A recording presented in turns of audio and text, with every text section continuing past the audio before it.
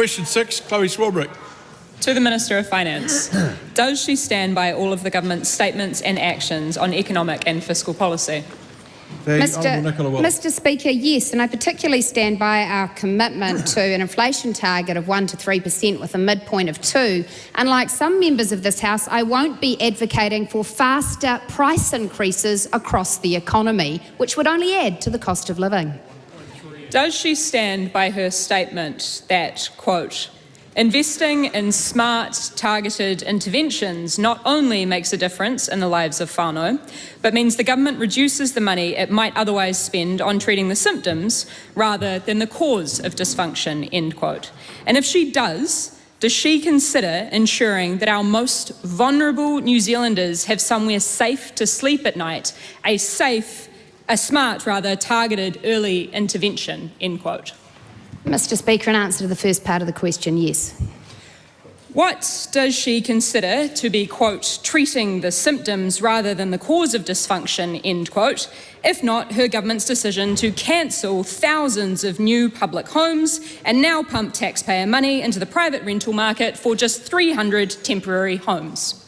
Well, Mr. Speaker, a very good example of treating the symptoms and not the cause of a problem would be the government continuing to provide ever larger subsidies for state-sponsored housing while failing to deal with the underlying driver of ridiculous house price increases in New Zealand, which is planning law that has been weaponised against progress and development, weaponised against new housing subdivisions, weaponised against housing intensification. This government is getting to the root cause of New Zealand's housing unaffordability problems by getting rid of the RMA and saying yes to more houses. That's right.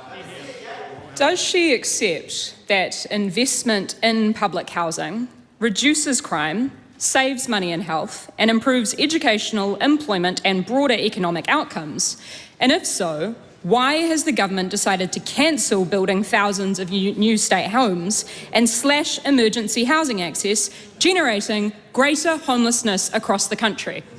Well, Mr. Speaker, yes, I agree that publicly funded housing can deliver a range of positive social outcomes, but it's also the case that we need to ensure that public housing is delivered efficiently, that it is the right kind of houses, that are of the right typographies, created in a value for money way. And it's also the case that under the last government, the number of people on the State House waiting list multiplied, even while they said that they were dealing with state housing challenges. Supplementary. The question, supplementary, the Right Honourable Winston Peters. Could I ask the Minister on this question of the house rental costs, has it gone up in the last 12 months or has it come down? Well, Mr. Speaker, I understand that in fact rent increases are the lowest they've been in some years. In fact, according to a measure I read yesterday, rents have actually declined, which I would have thought the member for Auckland Central, who used to claim she stood for renters, would be welcoming and even celebrating. Supplementary? Supplementary. We'll go to Chlöe Swarbrick. What is the economic cost of the increased homelessness that has resulted from government decisions which it was warned would happen if it went ahead with those very decisions?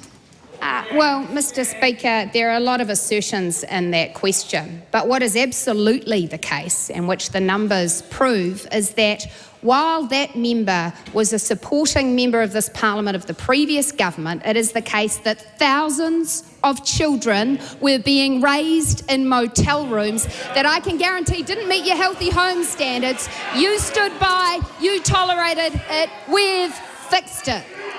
Supplementary question. Hold on. We're just going to wait. We're going to wait while everybody calms down. The Honourable Chris Bishop. Can the Minister confirm that 50% of people on the social housing register need a one-bedroom unit, but only Kainga Ora only has 12% of its stock being one bedroom, and of the 1,500 houses funded in Budget 24 that have been allocated so far, 89% of those houses are for 1 and 2 bedroom units? Yes, Mr. Speaker, and what this underscores is the importance of ensuring we don't just build houses, but that we build the right houses that respond to the needs we see in our community. I'm also happy to confirm that the creation of the Community Housing Fund means that this government has deliberately decreased the cost of borrowing for those community organisations wishing to build more public housing. Supplementary.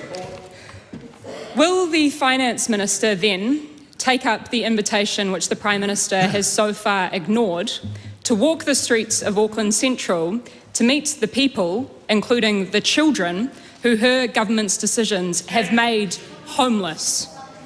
Well, Mr. Speaker, I think the more immediate response, if the member is aware of any children living on the street, would be for her to urgently bring that information to the Ministry of Social Development to ensure those children get the support to which they are entitled. The Right Honourable Winston Peters. If the Prime Minister does take up the invitation, could he possibly warn the Prime Minister that if he does, he'll have to face all those orange cones that the Green Party and others have put on the main street of central Auckland in her electorate? Yeah, no, that's it's not a question for the Minister of Finance.